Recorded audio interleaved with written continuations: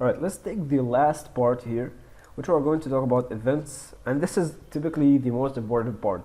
We have been giving all of the previous underlining DOM manipulation thing in order to just reach this part. The event is what really matters.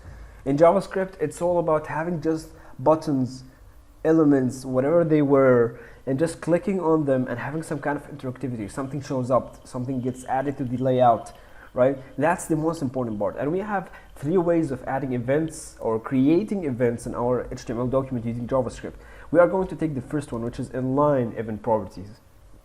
Okay, so an inline event attribute is basically something like, you know, you have a button like this, right? It has an ID. This ID is an inline attribute. This class is an inline attribute, right? And the same thing goes for events. We have multiple events. We have, for example, onClick. onClick means that maybe if you have a button, right? So if you clicked on that button, something will happen. So this is the onClick event, right? So you can have the onClick event as an inline attribute within the same HTML element, right?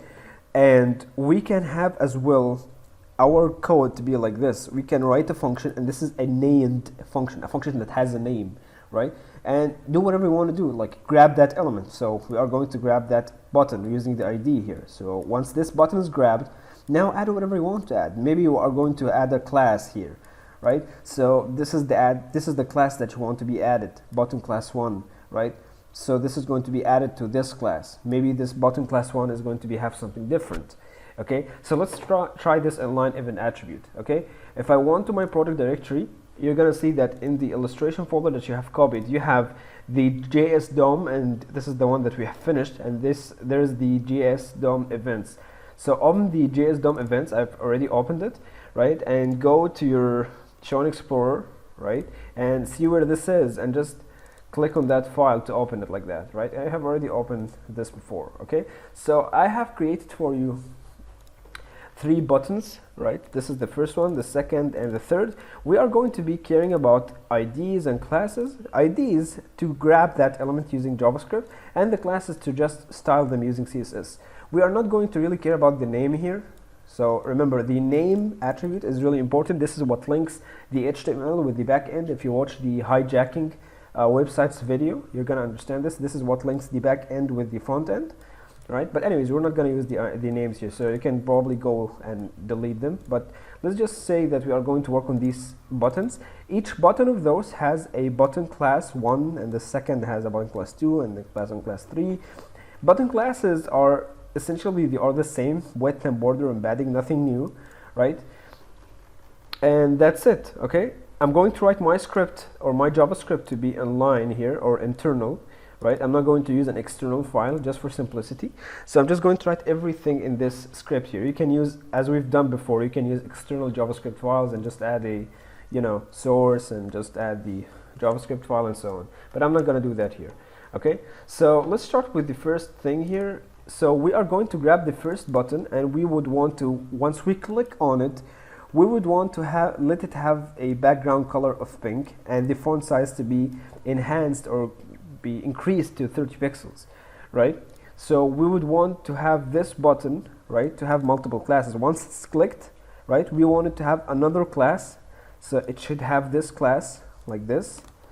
So it should have this class like that with one white space. We want JavaScript to do this for us. We want JavaScript to add this class to this button once it's clicked. So this button should have a background color of pink and an increased font size, right? So how can we do that? So let's see.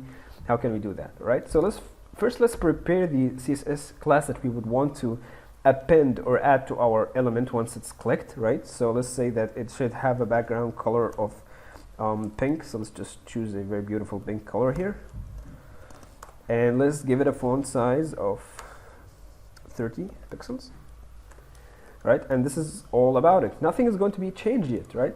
So we want, whenever we click, to have this button have our class that we have just created. So let's say here that we are using inline, right? Let's go there. We use inline event attributes. So the inline event is called onClick, and this is added inside the button tag. So I'm just going to say inline or onClick See, you have multiple things. You have on blur, on change, on click, on double click, on drag. So I'm just going to use on click here, and I'm just going to say that it has, this should have a function call, right? Typically this is going to have a function call, right? So where's the function to begin with? So let's define the function here. So let's say that the function is going to be called something like change, or let's say button one, or let's say just inline event, like that. Okay. Oh, that's a very bad name. I'm just going to say that this is called change button class, right? And let's say that method one. So method one is basically inline event attribute. All right, cool. Now let's say that the function should grab that element, which is this button, which has an ID of button ID 1. So let's just say document.get element by ID button ID 1. Okay. Once this element is grabbed, we can just save it in a variable, and let's call that this is button 1. All right. So if you have button 1, now it is time to add a new class to it. So using the class list, right? Using the class list, we can just say add, and I'm going to add the class that we have just created to add a background color and increase the font size, right? So it's called button class 1 new, button class 1 new, right? It's, I think, yeah, button class 1 new. Okay. Now once we're done, notice that we have finished the function definition. This is the function definition. Now this is time to call it. Where do we call it?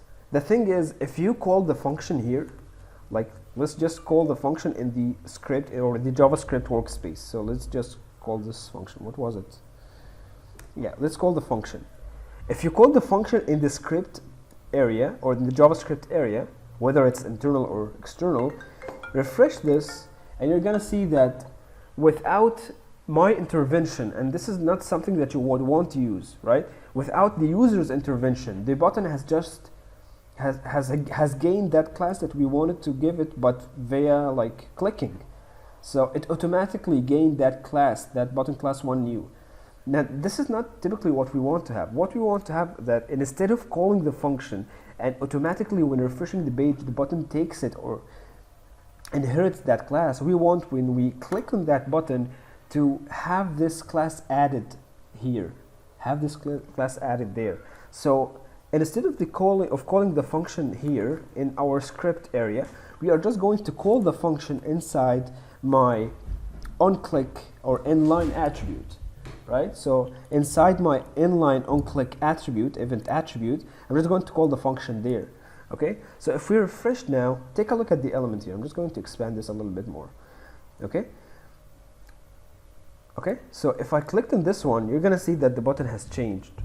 Okay, and now the button has the class of button class 1 whenever we click on it, and this is, of course, it's happening because of the onClick inline event. Okay, now let's take the other one, which is the event properties, not inline this time. That's event properties.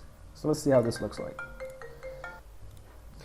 Okay, so let me just go to my slides. Where was it? So the event properties is as follows. Let's say that I'm working on the second button here. This button here that where is it?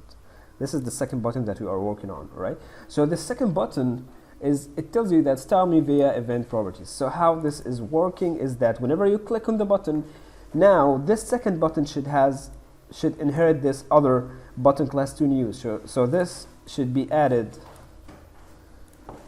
to this class as well, but using JavaScript, not manually like this, right?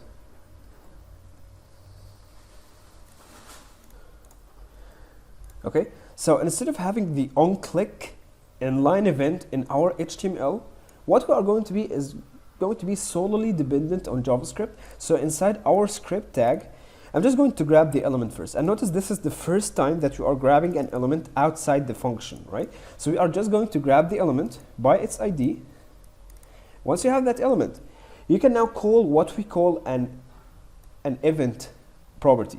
So this is an event property that you call using JavaScript, right? The previous one was an onClick that was an inline HTML property. Now this is an JavaScript event property, because you see this dot here. So this dot here, this is an inline JavaScript property, right? And we are assigning a function on that property. So whenever we click on that button that we have grabbed, this content of the function should be executed. Now what is this keyword? I'm just going to tell you this in a minute, right? But notice that this is the difference between this technique and the previous technique. Okay? So yeah, let's do this. This is an anonymous function, if you can tell, right? So let's just go and implement this.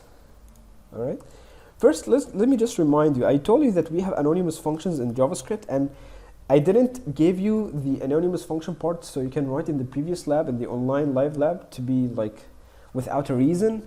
There was a reason for me to give you that anonymous function, and that's basically because anonymous functions can be used, if you remember from the previous lecture, it can be used for one of two things. First of all, you can store the anonymous function, definition, inside a variable. And this is going to result in what we call a function expression, if you remember, or FE, function expressions, right? Okay. The other way that you would want to use an anonymous function is by having the anonymous function as what we call a callback, and this is what you are going to see in the third method of using event or in creating events, which is called event listeners, in just a moment.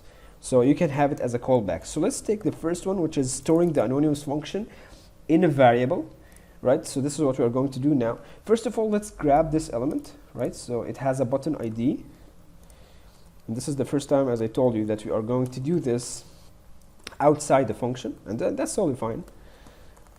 Selecting an element doesn't have to be inside a function. So let's say that we are going to say document.get element by ID, and let's give that ID, right? Now we have that element in the variable button2. So this is the element that we have, right? Before I continue, let's just prepare the class that we would want to give that element. So we would want to give it a class that is called button class 2. So let's create the CSS rules for this class. So what should this have? It should have a background color of pink, font size to 30 pixels. That is the same. It should have a border radius. That's new. And it should change the text. So this button by default, or I'm sorry, the second button by default has a text of style me using event properties. Now it should have the text of I'm styled via event property. Right. So let's try to take the redundant ones from the previous class like this. And once we have the font and color, we can just embark in giving the radius of 20 pixels. Give the radius from there, and now it's time to change the text. Now changing the text is not something actually you can do via CSS. So this part is going to be done via JavaScript. But anyways, this is the current state of this class 2 new. Okay. Now let's say that once I have this button2 that I've grabbed using the ID of the button itself, which is button ID 2, I can use an an onClick, which is called an event property, a JavaScript event property, right? And I'm going to assign that property. Notice that a property in programming, a property is just a variable. If you remember from the object-oriented, we can define in a class, we can define in Python. You used to define either methods or variables. So variables are what we call property, right? So on this object, right, we can just create, we can just assign this variable or this property with what we call an anonymous function, and that's the first usage of anonymous functions that we have seen before. So let's make an anonymous function, right? A function that does not have any name. And notice that this onClick, this is not something that I've came up with, right? So this is something that is predefined in the language itself. Right? It's the same thing as here. This value, this attribute, that's not something that you can come up with. It's something that is inside the language itself. That's something that is predefined. Okay, so I'm now going to assign that onClick event property a function that I would want to take place, I would want to happen every time we click on that button that we have grabbed. Okay, so every time we click on that button using the event properties, in this case, we would want to have this button first of all take this class, right? So we want to assign this class to this button. So I'm just going to say that this button too that we have grabbed here, right, and that we are operating on inside this function. So this function domain is actually dependent on the same button here. So this is the function that we are, or the button or the element that we are operating on this button, right? We would want to say add a class list, right? Add a class of the following, add this class. There's no dot here.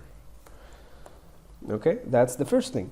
The second thing, on the same button, on this button, I would want you to change the inner text, to change the inner text to I am styled, or I'm styled via event properties. Okay, now that's the second thing.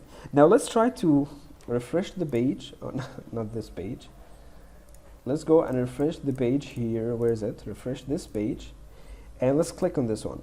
See, it has the border radius. Now you can tell that this is having our button class 2 new, right? And what's really beautiful is that now it's the same thing as before, but the HTML, we are not really bothered with increasing the width of or the stuff that we write in our HTML document. So sometimes this onClick, it's like any inline attribute. Remember our discussion on inline classes where things are literally fixed, and if you want to update it later on, maybe this is going to be a little bit hard. So it's the same thing goes for inline attributes. So changing this onClick to something else can be a little bit of a hassle, because this is actually static. This is a static value that we have written in our HTML document, where using something like an event property that is not going to appear, this is not going to appear unless you open the source here. Okay, so using an event property, right, on the button that we have grabbed in our JavaScript file, which is totally independent from our HTML, right? So we are not grabbing any element, we are not adding any inline event attributes. Everything that is happening in our HTML, or I'm sorry, in our JavaScript portion here, right? It's happening inside our JavaScript file, right? I'm not touching the HTML document in anywhere. I'm not adding anything inline. So this is the beauty of using the event properties, okay? Now, one thing you might have noticed is that whenever I was illustrating the previous point, I've been stressing on the point when I was saying that inside this function, notice that this anonymous function is operating inside this realm, inside the domain of this button, right? So this function is operating or is getting executed on the domain of this button, right? On the namespace of this button. So, right? So anything that happens in this area is reflecting on this button, right? So in a case like this, I can just replace this button, and instead of just repeating myself, like now I want to add on this button, right? On the event of this button. Now I want to change the inner text on the event of this button. So instead of doing this, we can just use something called the this keyword, right? It's something in JavaScript, which it's just saying that if you are changing something relevant to the object that you are working on, which happens in this case, we are changing all of our changes are reflecting to the same object, to the same button. So you can just say, instead of using button 2, button 2, button 2, you can just say this. And this should give you the same exact result, right? Now let's take the last thing, which is the... Okay, so we have seen so far we have seen the inline event attributes, which is basically mutating the HTML document with an inline kind of attribute here, which I told you that this is like a static value, and that's not something that you would want to have in your script. Maybe you would want to change this function along the road. So how are you going to change this? The only way is to go back to your script and manually remove this and add another function, right? And we've seen the JavaScript event properties. So the button that we have grabbed, we can just let's say that we are going to reassign that onClick property. That's just a variable on that in that button, right? And that's not something that we can come up with, right? That's just a predefined event.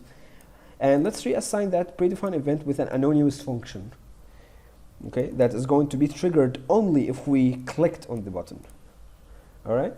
And we have seen, of course, we have seen this keyword, okay? Now let's take the event handlers or the event listeners, which was the last part in your previous lecture of JavaScript. Okay, this is going to be a little bit intimidating, but I promise it's the same thing. That it's nothing new at all, right? So let's say that the last button is going to have the following. Whenever we click on this last button, right? So let's just go to our page. Whenever we click on that button, we should have the following. First of all, the background color changed to pink, font size and border radius, it's the same as before, so I'm just going to copy this. Okay. What else? Change the text to registered, and changing the inner text is going to be done via JavaScript, not via CSS rules, so let's just skip this. Now add an element, and that's the new part. Add an element, which is a division that contains a paragraph after the, or beneath the button, that says thank you for registering. Okay, something like a wish list kind of thing. Okay, so how can we do this? Let's say that this time we're working on event listeners. So in the previous one, so this function was for JavaScript event properties, and the first function was for inline HTML event attributes. And the last one is an event listeners or event handlers. Okay, and this is where we are going to use the function or anonymous function, the second usage of it, which we are going to use it as a callback function. And I'm going to tell you what does a callback mean in just a moment. Right? So we start with grabbing our elements. So let's just grab the ID for that button that we want to work on. So let's say that I'm just going to say var button 3 document.get element by ID, right? And this is the button, this is the element. Now we can just say button 3 dot add event listener, right? Notice that any misspelling is not going to make this function work, right? So add event listener, right? I just hope I've written this correctly. Let me just go there. So it's called add event listener. Yes, it's correct. So add event listener it's the same thing as before, but the syntax is just different, right?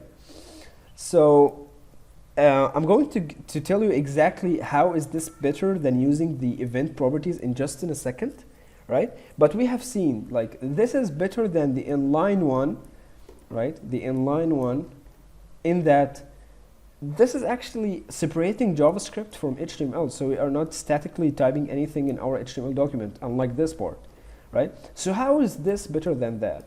We're gonna see this in a moment. Let's just see what this add event listener takes. First of all, it takes two arguments. The first argument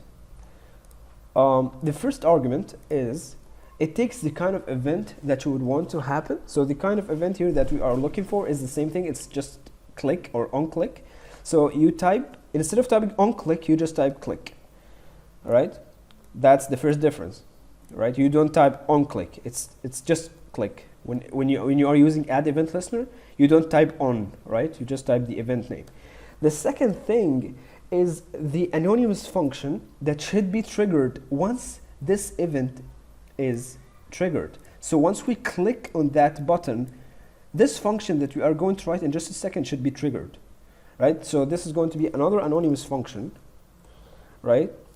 And I'm going to open the curly braces to write our stuff inside, to write the block of content inside. I'm just going to hit enter to have my space there. So this is the closing pair of the curly brace of the anonymous function that should be triggered, and anything that we write inside should be applied to the button once we click on that button, right? And this is the closing pair of the event listener method itself. I know that this looks a little bit confusing, but this is how it is, okay?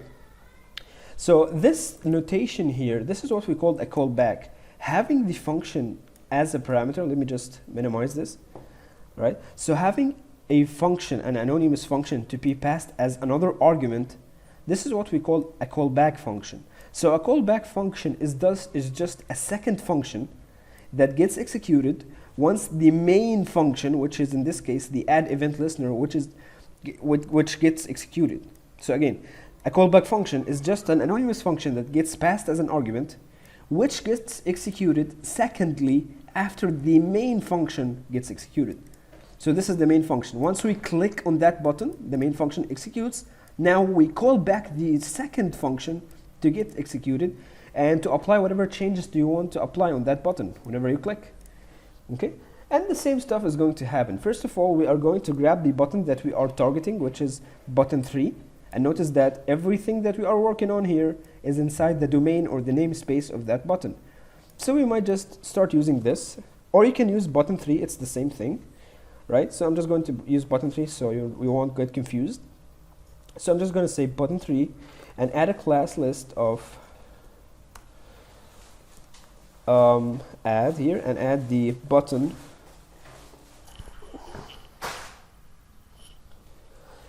I'm sorry, I have a cat that is really annoying. Okay, so let's just add the button here. This is the class we want to add. So let's just test it so far before we continue doing anything. I'm just going to save this, and let me just go there, save, and hit. It works. It's the same thing. And now you can see that button class 3 is added to this button. All right. Okay, so it works. Let's add the rest of the stuff here. Now we have added the class. Let's talk about the inner text. Now we want to change the text to registered. So I might as well say button 3 dot inner text to registered. All right. Now let's try this. Refresh. Registered. So it's working fine. It's the same thing. Nothing is different so far. Now let's see the very interesting part of adding another division with a paragraph that says thank you for registering. Okay, so I'm just say that this is going to have a exclamation mark here. All right, and it says that we want to add an element, a division that contains a paragraph to the bottom of this button that says thank you for registering. So let's do that. All right, let's first of all document.create. Let's create the division. Create element, and let's say that we are going to create a division. All right, and let's say that this element is going to be saved inside division. Right, now let's say that this division, we are going to create a paragraph as well. So let's just create the paragraph document that create another element, which is a paragraph. Right, now we want to add some stuff to the paragraph, so we can just say p.innerText to add some content, and let's say thank you for registering. All right, I think this is it. Right, that is enough, and let's see how this is looking like. All right, notice that we have created the elements, but we have not added anything. Nothing has been added to our HTML document yet, so it is like anticipated that whenever you click, you're not going to see anything. We have not added anything underneath this button, so let's add this underneath this button. Right, first of all, let's insert that p tag inside the div. So I'm just going to grab the div and say append child,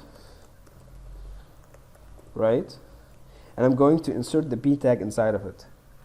Right, once I'm done, I want to insert the division under the button, right, so we can use the after from the previous video. Right, so you can say that the button 3, after the button 3, I'm just going to add that division.